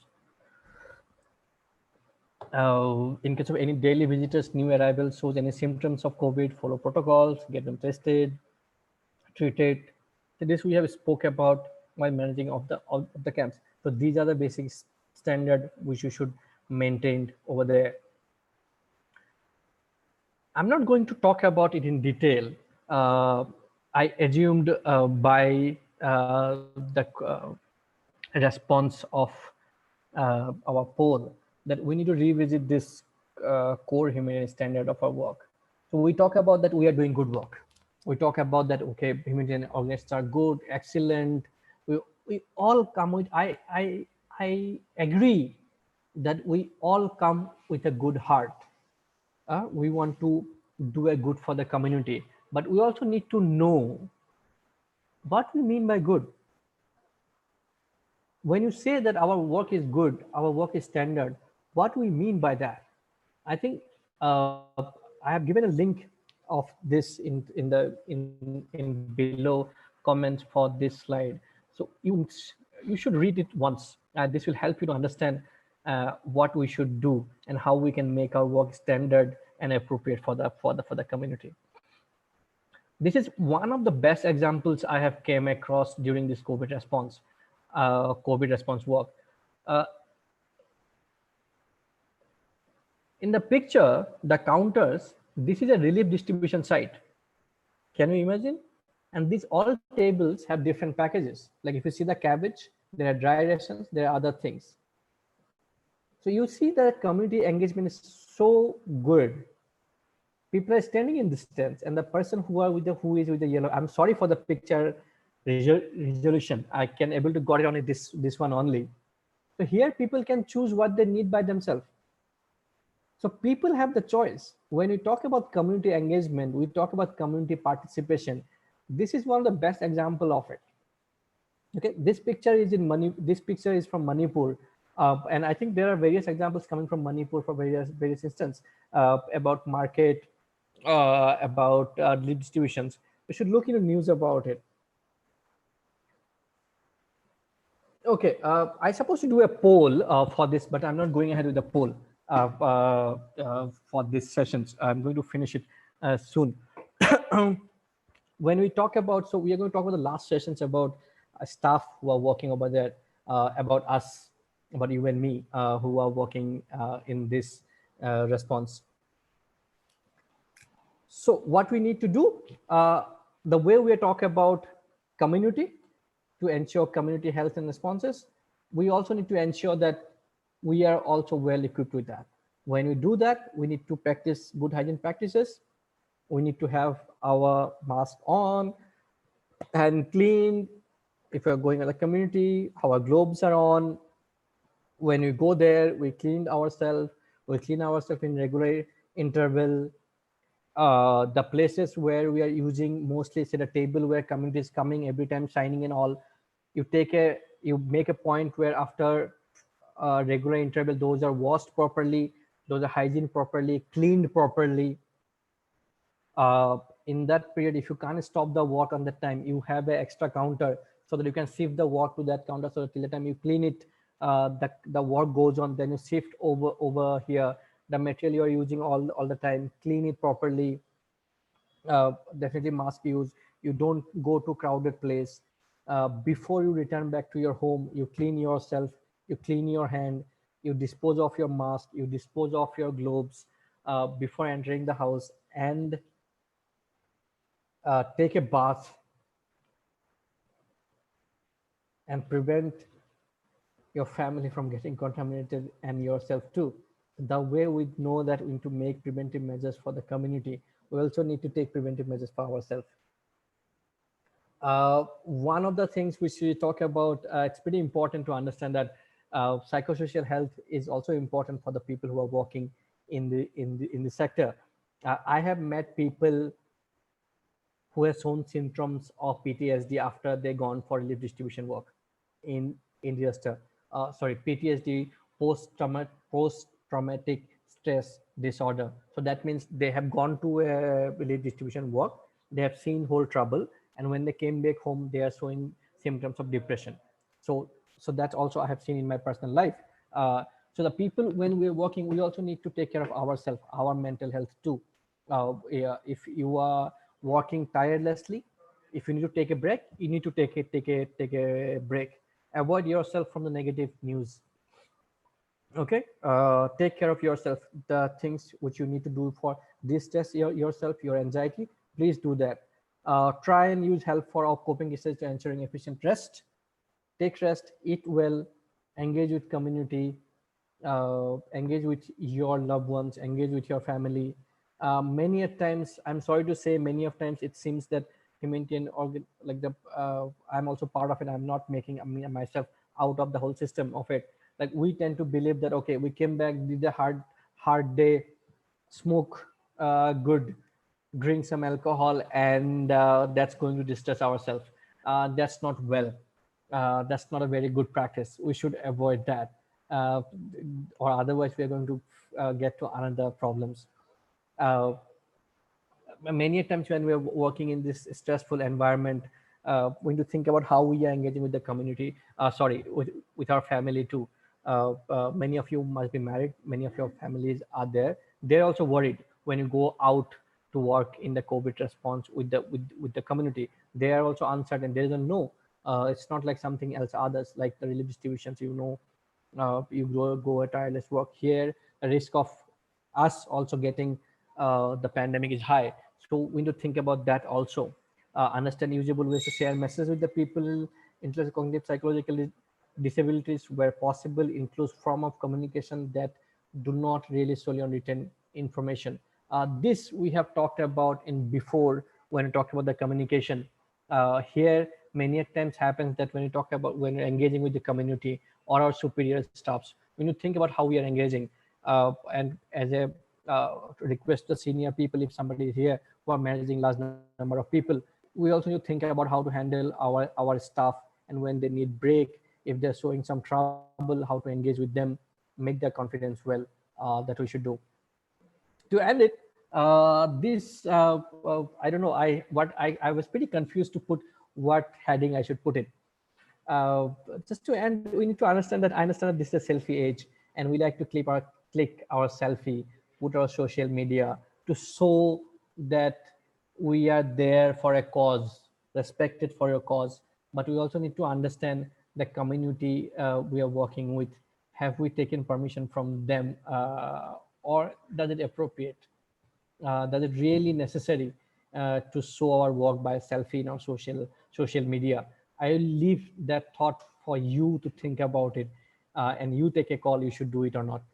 Uh, as I have mentioned, question answers are there, but this I have put in many of the questions for you, of all the references which I have mentioned during my sessions, and many of the sessions have the references in down when you read about it like this. Sorry, just showing it off. So you will find the explanation in down. Okay. Thank you very much. Wow, great, Rahul. That was indeed a very, very important presentation by you. I can see a few participants who are raising their hand. So I'll unmute you, Mr. Javed, and you can ask a question. Yes, Mr. Javed, you can speak. Hello. Yes, sir. Uh, I thank all the presenters. Very mind-blowing presentation. Very informative. I'm talking about the inclusivity when we are going to a community holding these type of these camps or awareness programs or distribution camps. How do we include the person with disabilities? uh, because person with disabilities are of different types of person with disabilities are there. Some people with disabilities are heading their families. Some cannot have access to these camps. Is there any other way the organizations are doing to include the person with disabilities? That I want to know. Okay. Uh, okay. Just to start with, I would like to give your answer in a three-way, or three options.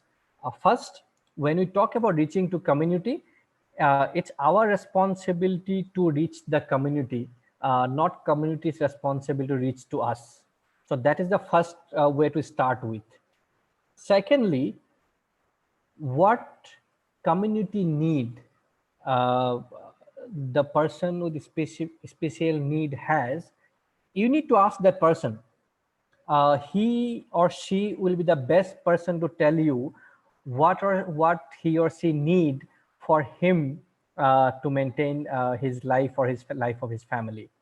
uh, Third, uh, see, there are various approaches how we can include uh, differently able people in our work. Say, if we are constructing a toilet, uh, does the disabled person can access it or not? It should be there, the design aspects of it. Uh, can the person sit inside the toilet?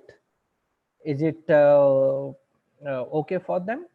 There would be differently able people from different end. There might be psychologically, there might be people with psychosocial issues. There might be people with, say, in different. So when you talk about differently able people, there are different kind of what call, how should I mention it? Uh, Pardon my language, but say somebody has a problem in their hand, somebody has a problem in their leg. So everybody might need a different approach to that. So I think if we can involve the person while designing your project, that will be helpful. And you can follow different organizations website who works in disabilities. There are various designs which are available, which suitable for differently able people. uh, Lastly, there is no ready-made solution that you do one plus one equal to two, that will be done for differently able people. That's not going to do. You always need to go and ask the person what to be done. I think that's where we can start off. Thank you. Thank you, Rahul, for addressing that question. I can also see there's another question in the chat box. It is from Tabitha Wani, and she's asking that what are the child protection measures taken up in the relief camps? So, would you like to answer that?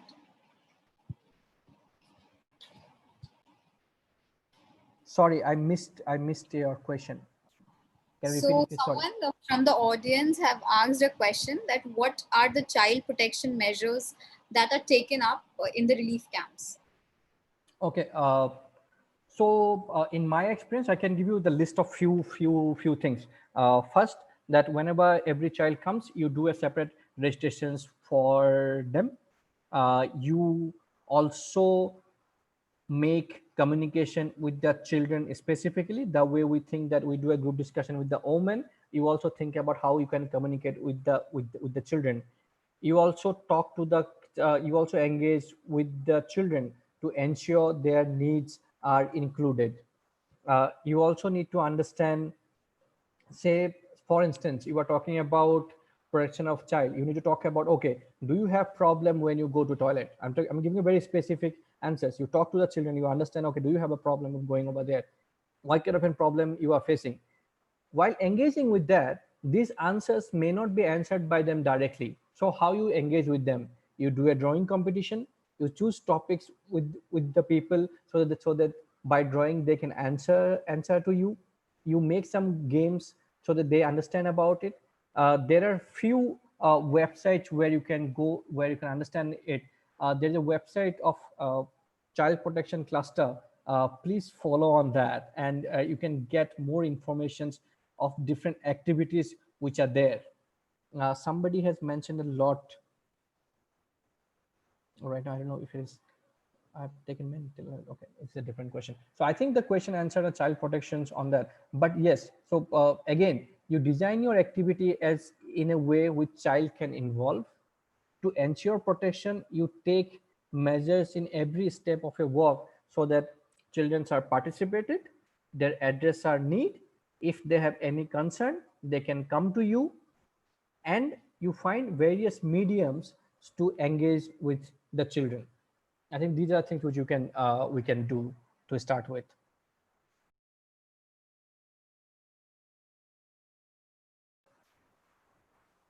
I think your mic is, yeah. I think that also answers the question of Mr. Ramiz, who also asked on a very similar line that what should children be engaged in art sports. So I think briefly you explained about it. We're taking the last question of the session, which is from Ashwini Jathar. He wants to ask, how care to be taken of large number of patients admitted in camps? Is trained manpower educated to serve large number of patients with new diseases? Shall I repeat the question? No, okay, Rahul? I can read that also. Yeah. Thanks. So see, the problem does not get solved by one way. So that's why I've been trying to mention in my presentations also. By doing awareness, it's not going to work.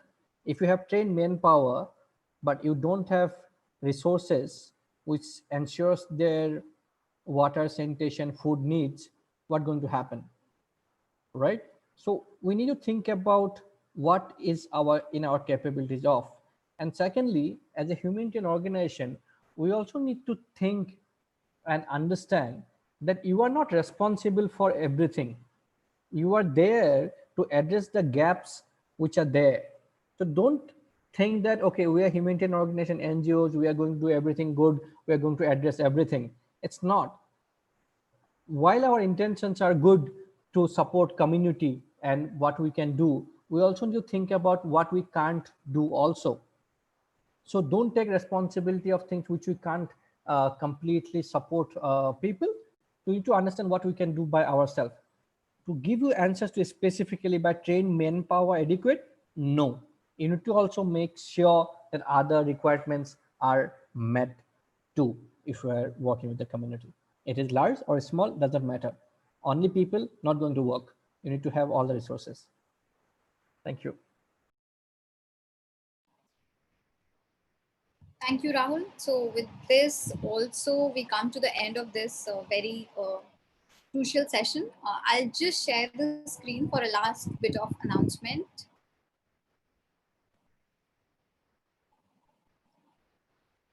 So all the participants who attended the session can visit our website, which is www.spearindiacovid19academy.org. And after 24 hours, you will get your certificate of participation. Also, the PPT material which was used for this session will also be available, and you can access it again on our website.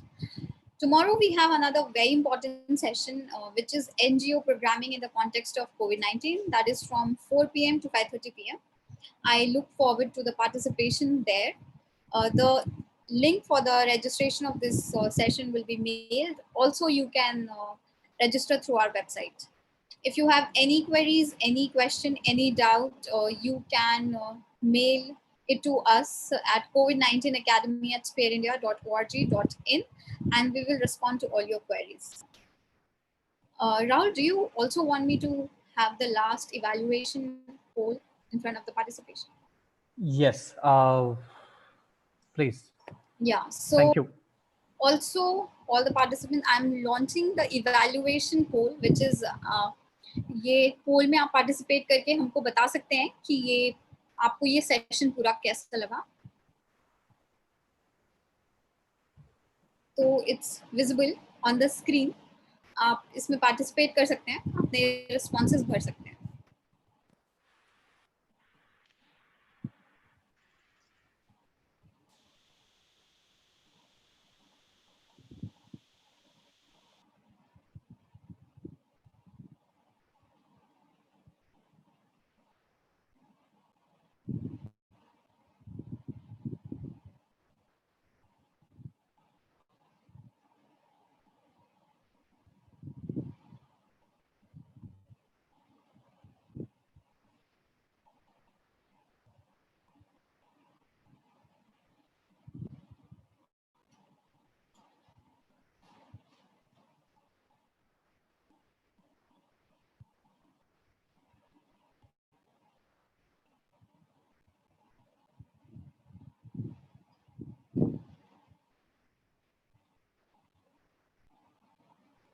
So I'm ending the poll, and we have the result.